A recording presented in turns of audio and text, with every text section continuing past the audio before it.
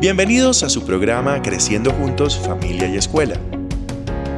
Diálogos que aportan a la celebración de la vida de nuestros niños, niñas y jóvenes y sus familias. Seguros todos de que nacimos para ser felices y la base de esta felicidad está en sentirse amado.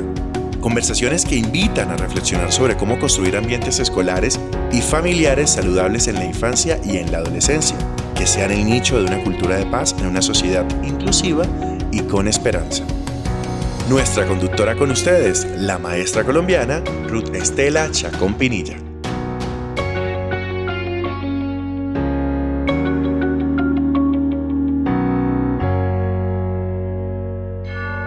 Bienvenidos a esta emisión de Creciendo Juntos, Familia y Escuela. Hoy, para iniciar nuestro episodio, entonces tenemos nuestra lectura compartida, la carta a García. Selección y prólogo de Jaime Lopera y Marta Inés Bernal. Bienvenidos entonces a escuchar de Intermedio Editores, publicado en el 2000, un pasaje de este valioso libro que se titula precisamente La educación de los niños. Un soberano observó en una de sus aldeas los problemas de los niños, la pobreza e ignorancia de sus padres y el estado tan lamentable de pesimismo que todos mostraban. Cierto día llegó de sorpresa al poblado, reunió a sus súbditos y les dijo: anoche, mientras dormías, cambié a uno de vuestros hijos por uno de los míos. El hijo mío crecerá entre vosotros sin que sepáis cuál de ellos es. Pero cuando crezca, será un rey o una reina tan bondadoso o tan cruel como vosotros le hayáis enseñado. Esa es vuestra tarea y vuestra responsabilidad. Como ninguno de los aldeanos sabía cuál era el príncipe o la princesa, todos comenzaron a tratar a los niños muy bien. Los instruyeron en muchas cosas. Les hicieron juegos alegres, les educaron en artes y oficios. En fin, les enseñaron el arte de la paz y no el de la guerra. Así se criaron todos juntos. Transcurrieron muchos años y poco a poco el pueblo progresó. Todos tenían trabajo en los talleres o en los campos. Las familias que formaron a aquellos niños eran hogares llenos de amor y de retoños felices. Los vecinos eran solidarios y respetuosos, y se respiraba un ambiente de optimismo y tranquilidad. Ya viejo, cierto día, llegó nuevamente el rey a la aldea. Vio el cambio en la situación de sus pobladores y se sonrió. Mientras una anciana que lo había reconocido lo observaba con disimulo. Los adultos que no sabían lo que había pasado hace unos cuantos años, cuando eran niños, recibieron al rey con cariño y algarabía. Terminada la recepción, la anciana se acercó al rey y le preguntó al oído: Majestad, dígame la verdad, ¿cuál de todos es su príncipe? El rey la miró maliciosamente y con voz socarrona le contestó: todos, todos, anciana. Y colorín colorado, esta bella historia se ha terminado. En nuestra cabecita y en nuestro corazón ha quedado.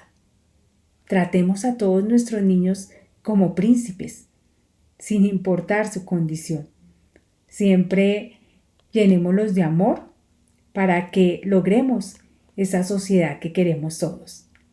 Bienvenidos a esta emisión para pensar en el bienestar emocional de nuestros niños, nuestras niñas y de sus familias.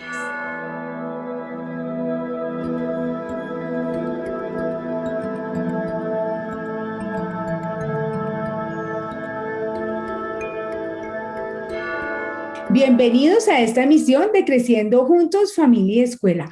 Hoy muy felices porque tenemos la oportunidad de estar con una invitada que en su trayectoria se ha dedicado al bienestar de la infancia y de sus contextos familiares, siempre pensando en poner la niñez en primer lugar y siempre a través de proyectos e ideas forjando mejores ambientes familiares y escolares para nuestros niños, nuestras niñas y nuestros adolescentes.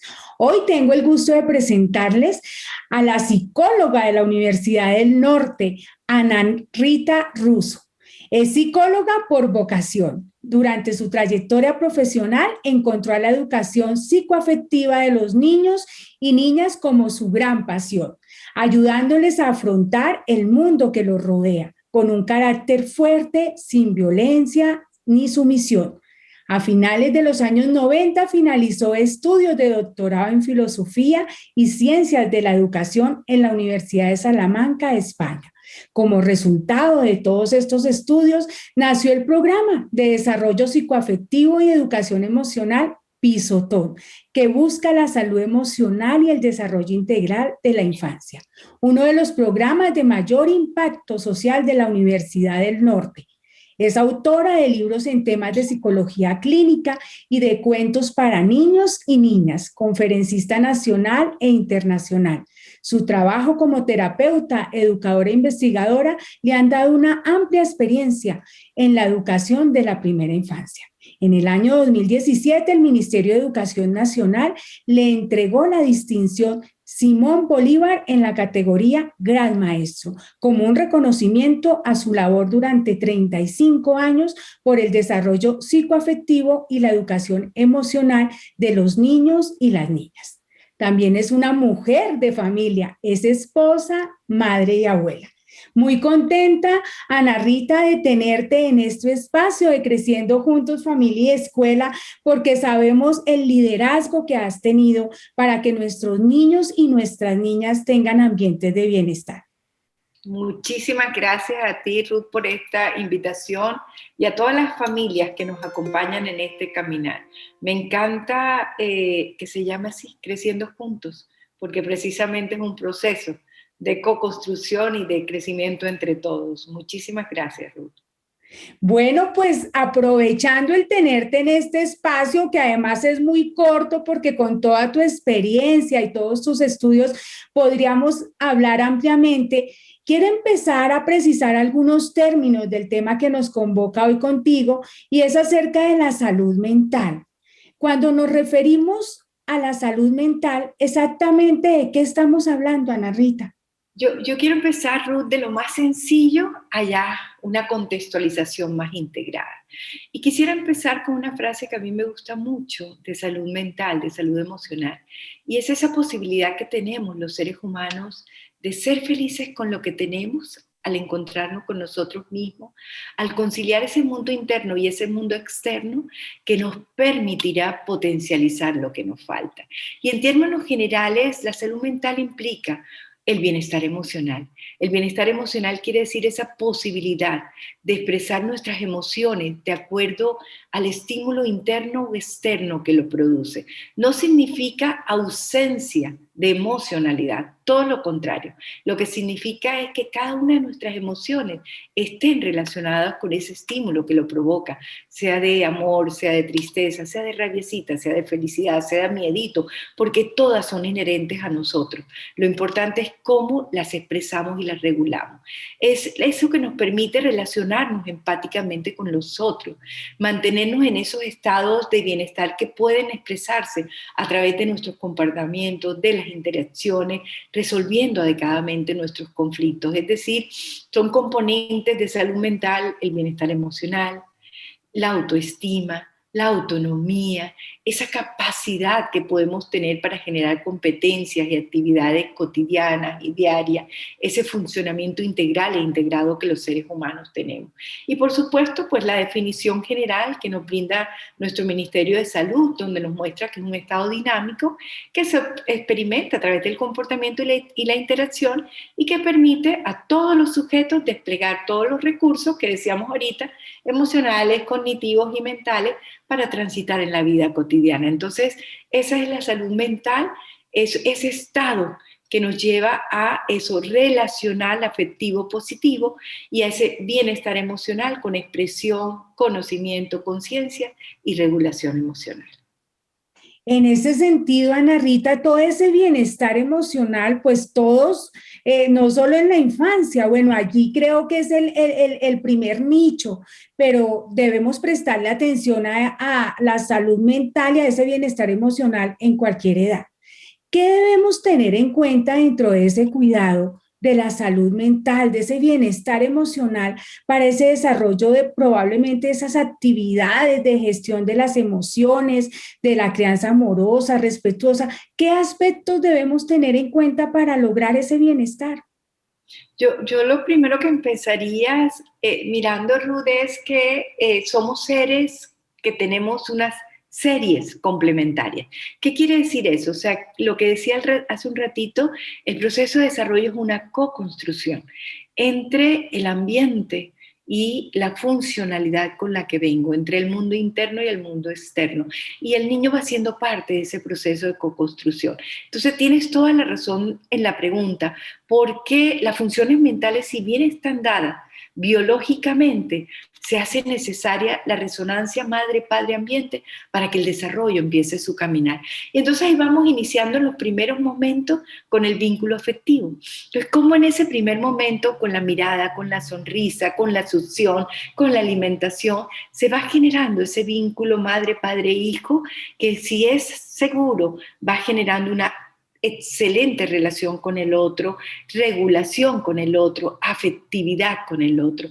Muchas veces cuando no se acude afectiva y adecuadamente a las necesidades del bebé, se generan vínculos inseguros, vínculos desafiantes, vínculos ambivalentes, que ya empiezan a generar una construcción inadecuada con el otro y empiezan a hacer esas pequeñas piedritas ya que no constituyen una adecuada salud mental. Si nosotros seguimos caminando en el caminito por la vida de nuestros niños y niñas, entonces en el segundo momento se va dando la conciencia emocional y la regulación. Los niños empiezan a entender que se da la frustración y con la frustración se genera la agresión y la famosa pataleta que ya conocemos. Si los padres se adelantan a ella, se anticipan un poco a la situación, entonces pueden decir, voy a la tienda, no tengo sino para comprar el arroz y la salchicha, pero de aquí a la tienda hay un parquecito y podemos parar. Entonces ya el niño se adelanta y dice, pero la próxima me compras el chocolate también. Entonces anticiparse a esa situación y reconocer que es normal, que cuando se genera la frustración, pues se puede ir dando esta situación, pero si los acompañamos, los niños van regulándolo. Y así se va estructurando la socialización del mío, mío, mío a la relación con el otro, porque también es muy normal de la construcción de la identidad que se va consolidando poquito a poco mediante esas resoluciones de conflictos de la vida diaria, porque sin conflicto no hay vida. Entonces, los niños poquito a poco lo van entendiendo y lo van regulando en su caminar para tener una armonía en su salud y en su bienestar. Tú has dicho algo muy importante y es cómo esa base realmente es el afecto, o sea, ese amor que se entrega, ese amor que es seguro para cada niño y que tal vez es la herramienta más poderosa para que él pueda después construir los vínculos con las demás personas. Así es. Así es, de ahí se va generando una gran parte de la consolidación del ser. Yo siempre lo pongo como si confluyera, ¿verdad? Yo siempre les muestro a los niños dos bolitas que confluyen, un mundo interno y un mundo externo, que en el mundo interno están las tensiones, las necesidades, los impulsos, pero al encontrarse con un mundo externo afable, amigable, afectivo, cuidador, protector, se va generando la emocionalidad. Y en esa emocionalidad pues vamos conociendo ese afecto que en medio de las circunstancias de vida, ya sean negativas, vulnerables, etcétera, nos van acompañando positivamente en el caminar. Aquí encontramos que entonces hay una tarea y hay una tarea fuerte. cómo los padres, los cuidadores, las familias pueden cuidar esa salud mental y su propia y la de sus niños. El rol de ser padres es un rol que exige, demanda una conciencia en este sentido, porque creo que al lado de la salud mental de los adultos que están con nuestros niños, se gesta la salud mental de nuestros niños, por supuesto. ¿Cómo pueden los padres y las familias acompañar ese proceso? Me parece súper importante, Ruth, digamos, esta aseveración, porque ya tú lo empiezas a aseverar en ese sentido. Y hay un autor que inclusive nos plantea que en ese proceso de desarrollo se necesita un gran otro. Y ese gran otro en principio son los padres. Y después pues ya viene la escuela, ¿verdad? Los maestros, bueno, también los cuidadores inmediatos, los hermanitos, los abuelos. Pero vamos creciendo con esos grandes otros que nos acompañan en nuestro caminar. Y efectivamente decías algo que es muy importante y es que los padres tienen, o los cuidadores tienen múltiples roles en ese sentido. Entonces, tienen la función del amor y del cuidado, indudablemente de primero, pero tienen una función que es muy importante y que lo voy a explicar porque le decimos la función continente. Y es esos padres que arrullan, contienen, pueden regular al niño a través de esa emocionalidad y ese impulso al sostenerlo, que le permite ese paso de la heterorregulación de los padres a la autorregulación interna. Entonces, ese contacto emocional, que es la función continente, les genera la tranquilidad, la satisfacción de las necesidades, porque van satisfaciendo esas necesidades, pero al mismo tiempo regulando esa pulsión interna que tienen, esas tensiones que tienen, ese sentir que ellos no saben dónde ponerlo. Pero también los padres tienen otro lugar, y es que otorgan límites. Y yo creo que eso es importante, papás, entenderlo. Lo que hemos dicho, y lo ha dicho Ruth de todas las formas, y lo digo yo, y lo decimos todos los que atravesamos la vida de nuestros niños positivamente en su caminar, hemos dicho no al castigo físico, pero nunca hemos dicho no al límite infantil. Un yo infantil necesita límites para que también se genere la salud emocional, porque es que eso que planteábamos también, del reconocimiento del otro, de la empatía con el otro, de estar en espacios y adaptarnos a esos encuadres del espacio, generan es precisamente la regulación. Y solo se puede dar con el límite que los padres nos pongan en este proceso de desarrollo. Entonces eso hace que también ellos hacia nosotros tienen múltiples afectos, ¿verdad? Entonces nos aman muchísimo, pero también tienen muchas rabiecitas con nosotros, porque cada vez que ponemos límites, eres mala, no me quieres, no me entiendes, y hay que irlos llevando poco a poco a entender que un límite es necesario, que solamente se hace con mucho amor y sin temor, ¿verdad? Porque muchos papás tienen temores también de poner el límite. Aprovechemos este espacio, Ana Rita, para que tú nos cuentes en esa experiencia con las madres de familia, con los padres, cómo poner esos límites, cómo lograr esos límites donde nuestros hijos nos reconozcan el amor, ¿sí? Porque lo que tú dices, sí, al chiquitín que se le van a poner límites, no me quieres, es que no piensas en mí, ¿cierto? Y entonces, ¿cómo ayudarles a los padres a decirles, ay, que ustedes entregan amor y una base del amor es esos límites? Claro, y me parece, Ruth, que cuando lo planteas y lo planteabas en otros espacios que te he escuchado de la crianza tanto amorosa como responsable, tiene que ver con esto que me estás preguntando.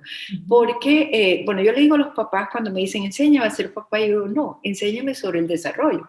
Porque es importante que usted entienda que cada momento del desarrollo genera un conflicto para el niño y que ese conflicto, si usted sabe por dónde va su caminito, lo podemos ayudar a regular, porque por ejemplo, ahorita hablábamos de la rabiecita, pero después de la rabiecita viene el miedo y el miedo se da precisamente por el sentimiento de culpa que le genera el perder el control, el hacer la pataleta. Entonces, cuando los padres van entendiendo eso, pueden otorgar los límites necesarios en su caminar.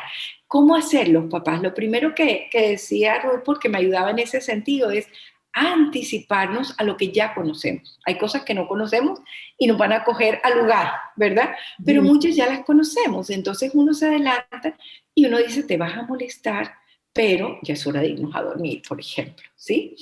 Y uno puede hacer encuadre con los niños de decirle, tú necesitas que te lo diga 5 minutos antes, hay niños que necesitan que se lo digan 5 minutos antes, ¿verdad? Y aunque se lo digamos 5 minutos antes, a los 5 minutos exactos nos hacen un poquito de pataletita. Pero soldado avisado no muere en guerra, ¿verdad? Entonces ya uno sabe que lo va a hacer. Entonces uno hace el encuadre con los niños. Y hay cosas, como siempre digo, hay síes, perdón, hay noes que son síes, ¿verdad? Y hay noes que son noes. Y los niños saben. Y uno cuando se pone el límite claro, es decir, esta es la hora de dormir y esta es la hora de dormir, ¿sí? De pronto, en una situación ellos saben que sí me puedes dar el chocolatico, entonces digamos que decimos no y al ratico estamos diciendo un sí.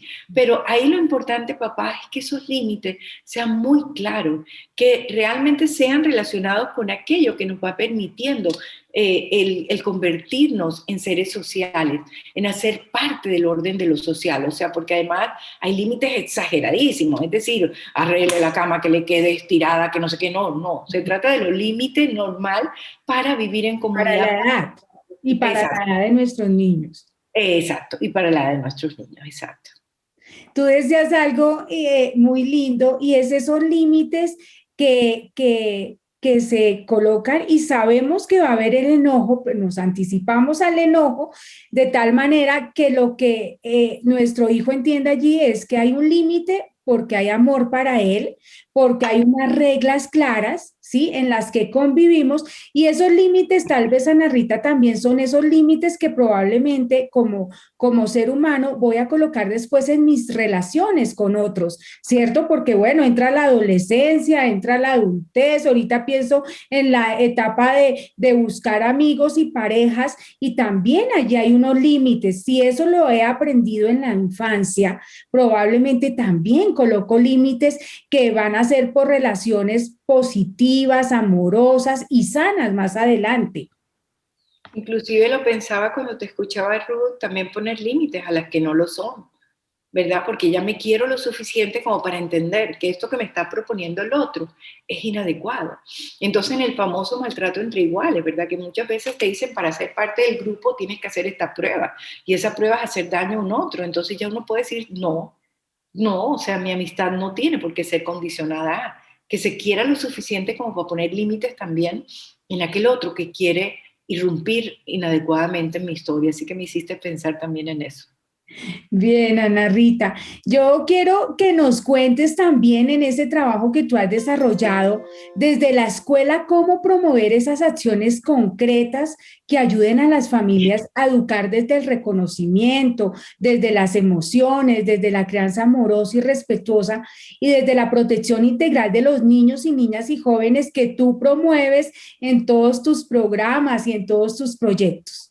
Sí, hay algo que con el dolor de mi alma venía viviendo y que espero que esto ya empiece a pasar, y es que siempre he creído en la educación emocional obligatoria en la escuela, ¿verdad? O sea, que no sea solo transversal, Ruth, sino que realmente tenga un nicho importante para los niños, para los padres, para los educadores, para los directivos, para todos. Necesitamos ese espacio de escucha emocional. Mira ahora atravesados por la pandemia, cómo se necesita muchísimo, muchísimo esa Exacto. escucha.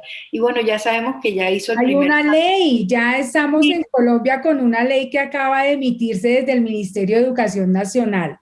Sí, Podemos entonces, celebrar eso aquí en este episodio de Creciendo Juntos, Familia y Escuela, Ana Rita. Entonces, exacto, ya podemos decir, pues sí, ya hay una obligatoriedad, porque ¿qué veíamos? Que cuando nosotros llegamos con el programa de educación emocional, que más se conoce como Pisotón, veíamos todas esas movilizaciones positivas, positivas de padres, de niños, del mismo maestro que hacía el diplomado y se formaba.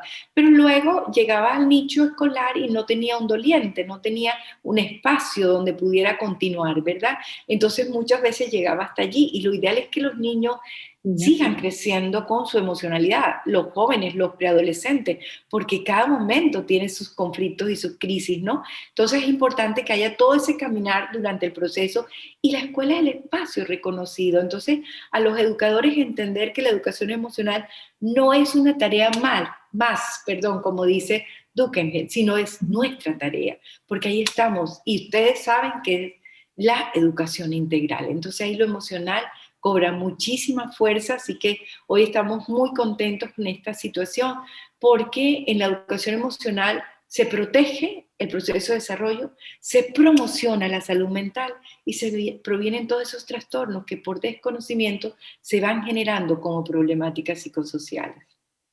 Bueno, pues en el marco de esa felicidad que nos da, que ya siendo ley, digamos, los desarrollos no se limiten, ¿cierto? No se limiten a ciertos espacios, sino que sea una realidad en la escuela. Y pensaría yo, Ana Rita, que se viva con las familias y que se viva en todo el entorno escolar, con la ayuda de los abuelos, de los cuidadores, de los hermanos, de los tíos, de todos esos que alimentan la vida familiar de nuestros niños.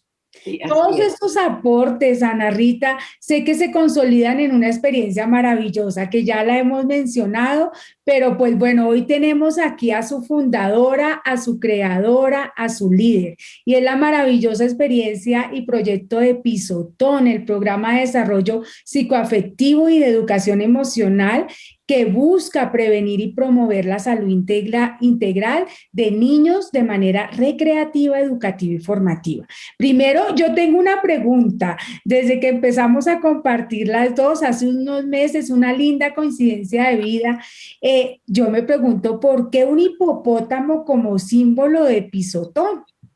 Me parece muy importante la pregunta, porque cuando hacía la tesis doctoral, yo buscaba, Ruth, un animal que tuviera la polaridad de amor y rabia, porque es que cuando nos vamos con estos programas de puro amor, también enfermamos, porque el ser humano se reconoce también en su malestar, en su rabia, en su miedo, en su tristeza, en todo lo que mal llamamos emociones negativas, que realmente lo negativo es el sentir de la emoción, pero es inherente a nosotros mismos. Entonces yo buscaba un animal que representara las dos caritas de la moneda y que la agresión fuera solamente defensiva, no depredadora, ¿verdad? Porque la agresión es inherente a nosotros, pero no la violencia.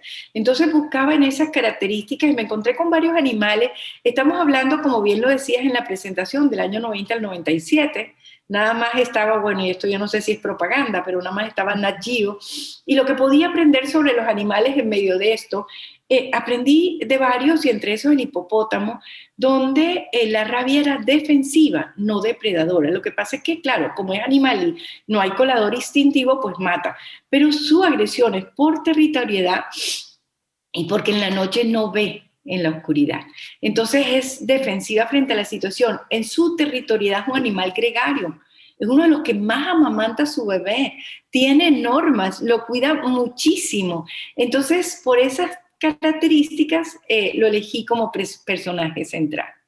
Pero mira qué bella historia y qué bella historia para conocer, porque bueno, nos amplía más la perspectiva desde ese instinto animal. Además que hay muchas, ahorita en pandemia, Ana Rita, uno veía muchas historias y muchos memes de cómo los animales protegen sus crías, cómo los animales buscan ese cuidado y esa territorialidad de sus crías para protegerlas. Y bueno, creo que nos deja mucho que pensar algunos comportamientos de inclusive animales que, bueno, se convierten en todo un abrigo, en toda una protección para sus crías.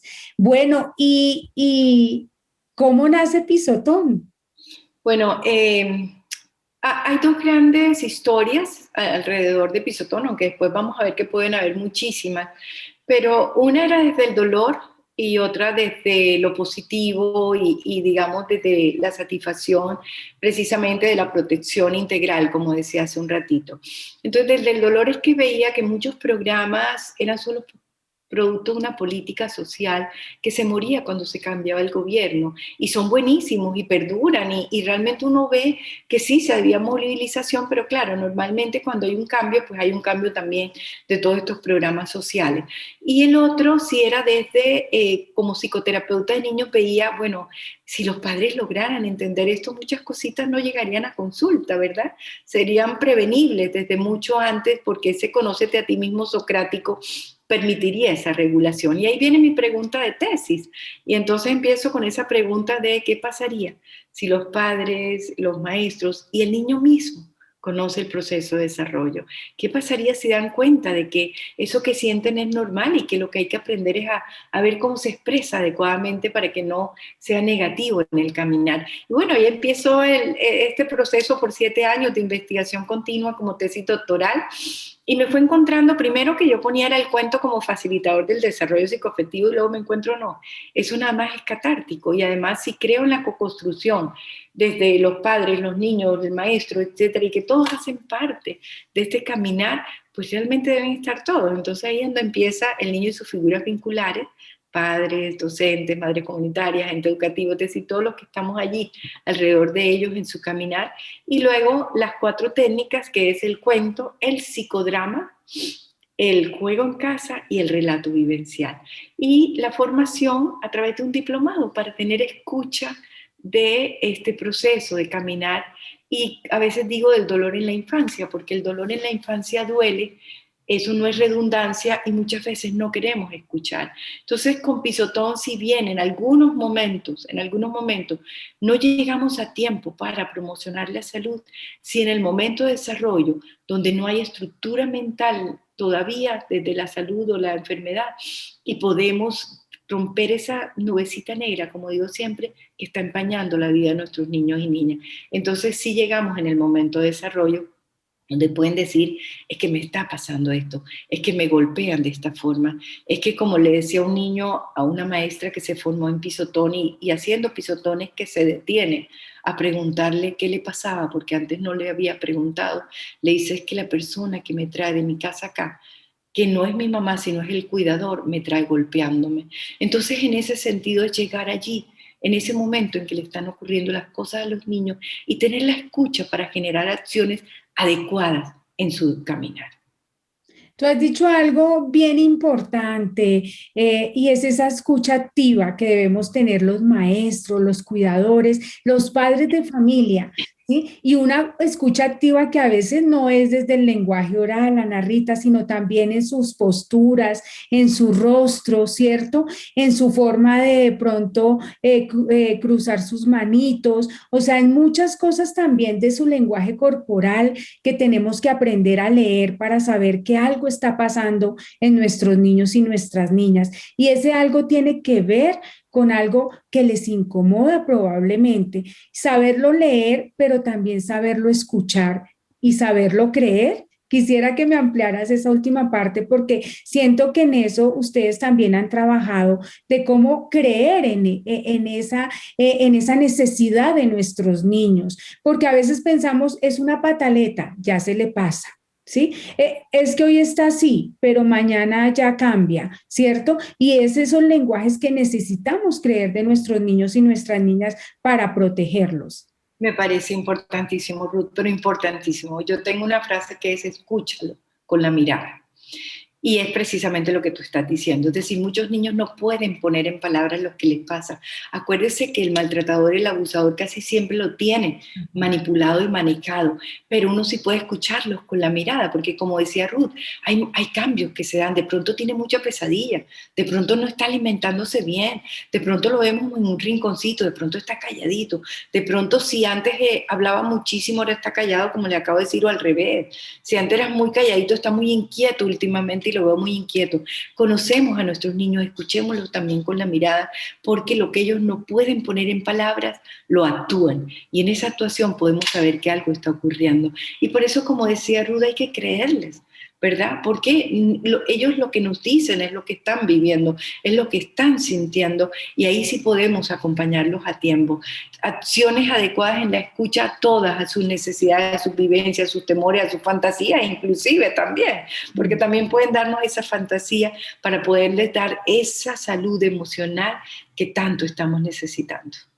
Y también algo importante sería no normalizar, ¿cierto? Porque también caemos en ese error de normalizar algunos comportamientos y lo que te decía, ya pasa, ¿cierto? Normalizamos algunas situaciones que nos están de pronto haciendo el llamado a gritos de que algo está pasando. Sí, claro, no naturalizar, porque tú también lo decías ahorita, es decir, vemos a veces a los niños solamente susceptibles de conductar, ¿no? Cuando tú nos decías en este momento la situación, por ejemplo, de que este es el comportamiento, y ahí se naturaliza, y no, o sea, esto que nos está mostrando es algo que le está molestando, por eso yo les digo también inclusive malestar o molestar. Normalmente hay un malestar que se actúa a través de un molestar para ser visto. Entonces, cuando un niño necesita ser visto con lupa es porque hay algo que le está molestando en su interior. Entonces, sí, como dice Ruth, cada uno es único e irrepetible, no podemos generalizar, no podemos decir todos están viviendo esta situación, pero sí tenemos que irlos viendo cada uno y darle su identidad. Como siempre digo, cada uno en su silla nos muestra su propia identidad. Y mira qué bello esta enseñanza que nos deja ese malestar, molestar, ¿sí? Para que estemos atentos. Qué bella enseñanza, Ana Rita. Creo que hay muchas frases que hoy nos quedamos tuyas, que nos las apropiamos para buscar el bienestar de nuestros niños y nuestras niñas. Quisiera pedirte ahorita un mensaje, Ana Rita, para las familias y las escuelas en este retorno a la presencialidad de los niños al colegio, teniendo en cuenta que hay familias que están de acuerdo con este paso que están dando las instituciones educativas, pero hay otras que no, y creo que es también respetable. Pero ¿qué nos puedes decir frente a este retorno a la presencialidad que genera miedos, temores, también alegrías como las que estoy viviendo ahora a diario, de esa sonrisa de los niños ya llegando de nuevo a su colegio? Pero hay otros temores también. Hay otra frase, Ruth, a propósito que te han gustado algunas, y es las medidas de seguridad bioemocional. Entonces vamos a cambiarlo porque efectivamente en cada momento de esta situación de la pandemia hemos tenido que tomar medidas. Las primeras siempre fue bioseguridad. Pero ya en este momento tenemos que tomar medidas de seguridad bioemocional. Y tú lo dijiste muy bien. Entonces tenemos que tener escucha a los temores de cada uno de los miembros de la comunidad educativa. Entonces sí hay que escuchar a esos padres que tienen miedito, o de pronto ese profesor que también tiene miedito, o ese director, porque también hay un director que puede tener miedito, y escucharlo para poder poner ya en claridad las medidas bioemocionales, ¿verdad? Y entonces uno puede decir, si tiene razón, pero mire que hemos tomado todas las medidas de seguridad biológica y ahora necesitamos, esta es lo que tú decías, la sonrisa de nuestros niños. Somos realmente seres gregarios, ¿verdad? Somos seres que realmente compartimos mucho en lo social, en lo afectivo, en lo emocional. A mí me gusta en estos espacios citar a Nacio, un psicoanalista argentino que vive en Francia y que dice el confinamiento es totalmente opuesto a las pulsiones de amor. Entonces dice, necesitamos acercarnos, necesitamos el amor, pero esta pandemia nos ha obligado a separarnos en cierta forma. Entonces yo los invito a esta seguridad bioemocional, empezando por la escucha de las emociones de todo, de generar apoyo ante esa escucha. De pronto uno dice, papá, usted necesita un poquito más de tiempo antes de traerlo. No se preocupe, vaya tomando el tiempo suficiente para hacerlo, ¿verdad? Pueden generar también los espacios para que cada quien hable y reconozca las emociones que va teniendo. Y ese papá puede llegar y decir, ¿sabes qué? Ya estoy más tranquilo. Ya ha pasado un mes y veo que realmente no, está todo el mundo bien, etcétera. Y entonces ahí va reconociendo, atendiendo y regulando su propia emocionalidad, ¿verdad? Y la de los niños, yo los invito a estas actividades de seguridad bioemocional de nuestros niños y niñas. Y bueno, como tú querías, yo últimamente estoy cerrando con una de las canciones que acabamos de hacer con Pisotón, sin cantarla, por favor, sin cantarla, si quieres la repites conmigo, porque ahí sí vamos a sacar al público corriendo, y bueno, y si tienes voz, tú sí, pero es manteniendo la distancia, un abrazo a ti te doy. Y miren, aquí lo estoy haciendo. Te sonrío con mis ojos y ahí lo ves. Mis manos hacen un corazón, que al lanzarlo fuertemente a tu mejilla llegó como el beso que hace un tiempo mi boquita a ti te dio. Entonces allí podemos mantener toda la distancia, el distanciamiento, el metro y medio, como lo consideren, porque hay escuelas que siguen con un metro y medio, tener siempre el tapaboca, lavarnos las manitos cada X tiempo, saludarnos con el codito, pero siempre, siempre, maestros, les pido que tengan espacio de expresión emocional, que tengan, escuchen las emociones de nuestros niños. Los invito al baile de las emociones que los encuentran en YouTube. Los invito al teatro emocional que también está ahí, a las pausas afectivas, no activas solamente, afectivas. Afectivas. Y cómo termina la historia es otro que quiero invitarlos. Ahora que lleguen a la escuela, una forma de ver lo que sienten es Hugo vuelve a la escuela. Y más o menos es, mami, mañana vuelvo a la escuela y voy a ver a mis amigos y voy a... Hugo y Moni, dice mamá, quisiera hablar con ustedes. No, no me digas que ya no vamos a ir. Y entonces le dice uno a los niños, ¿cómo crees que termina la historia? Y ahí empieza cada uno a proyectar. El papá no lo dejó porque tiene miedo. La mamá dice que es que se le va a pegar a las abuelas, etcétera. Y todo eso que ellos han vivido pasivamente, Ruth, porque sí han vivido muchísimas angustias, se le han proyectado muchas angustias, se les ha culpado de muchas situaciones, incluyendo lo de los abuelos.